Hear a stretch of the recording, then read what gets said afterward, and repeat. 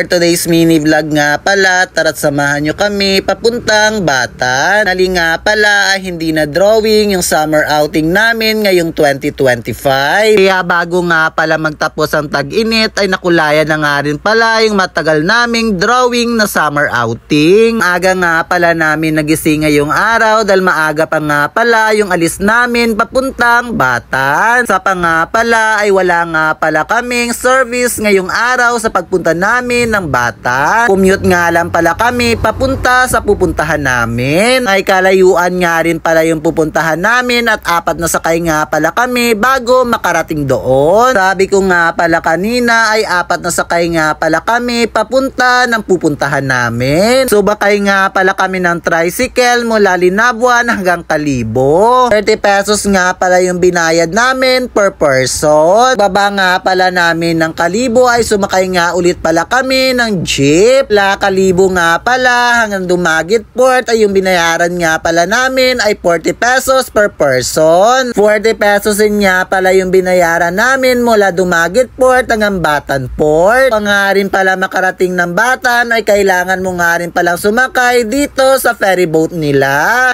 Dito nga pala ay mapapabilis nga pala yung biyahe nyo patawid ng Batan. Marami-rami nga rin pala kami na pupunta ngayon ng Batan. Dahil mas marami nga pala ay mas masaya yung magiging outing. Ilang minuto nga lang pala ay naging biyahe namin dito sa ferry boat patawid ng Batan Port. Dahil minsan nga lang pala ako makapunta rito kaya sinulit ko na talaga. Kaya nagpakuha na nga pala ko rito sa pinsan ko ng video sa harap ng ferry boat. At lahat na nga pala ng pasahero ay nakatingin na nga pala sa akin dito. Dahil feeling vlogger nga pala tayo kaya kinapalan ko na talaga yung mukha ko. Sa baba nga pala namin ng ferry boat ay nag-arkila na nga lang pala kami ng tricycle papunta sa pupuntahan namin. Dahil marami nga pala kami ay 2 tricycle nga pala yung na-arkila namin. Na nga lang talaga pagkababa nyo ng Batan Port ay marami na nga pala agad na sasalubong sa inyo dito. Kaya hindi na nga rin pala kayo mahirapan maghanap ng masasakyan. Tricycle man ito o habal-habal. 300 pesos nga rin pala yung naging arkila namin sa tricycle. Dito nga pala namin napili na mag-summer outing sa Batan dito sa Mambo Rise. Time nga rin pala namin ito na magdagat dito sa Batan. Kadalasan nga pala ay naliligo kami sa dagat sa New Washington o kaya naman sa tanghalan. Excited na nga rin pala kaming maligo dito sa dagat ng Mambo Rise sa Batan. Dito nga pala sa Mambo Rise ay meron nga pala silang entrance fee na 100 pesos per person. Pag 7 below nga rin pala ay wala na nga pala itong entrance fee. Pagkarating nga pala namin dito agad ay ready na nga rin pala namin yung mga kailangan ihawin. Wala rin nga pala akong masabi dahil sobrang ganda nga rin pala ng place nila rito. Kung ayaw mo nga rin palang maligo sa dagat ay meron nga rin pala sila ritong access para sa mga swimming pool. Hindi ka na nga rin pala matatakot na iwan yung mga bata rito dahil meron nga pala sila na pambata na swimming pool. Sa mga pang-adult nga pala ay hindi nga rin pala ganon kalaliman yung swimming pool nila. Kaya sa mga katulad ko nga pala na hindi marunong lumangoy ay pwede talaga kayo rito na mag-enjoy. Yung tipong hindi nga lang pala kayo panggilid kundi pwede na nga rin pala kayong pumunta sa gitna.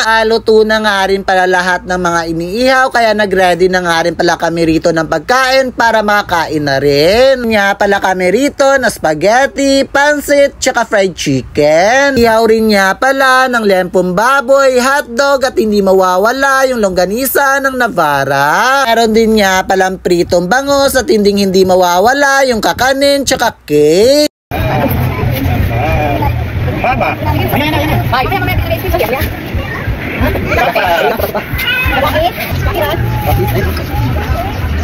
Waki di ba? Sige, ang pinakamalakas. Sige,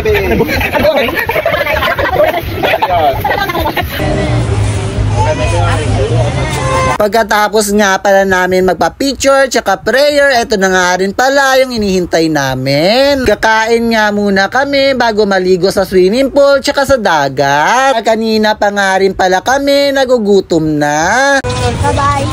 Ayan na. Hindi pwedeng hindi bulan siya na base di mang pamantaw ka. Royal dog. Ay, sorry. Dial Lloyd. Oh, hi. Oh, magay lang tuwok ni rin ho ay.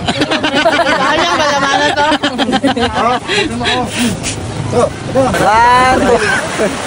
One, two, three, go. Dagan!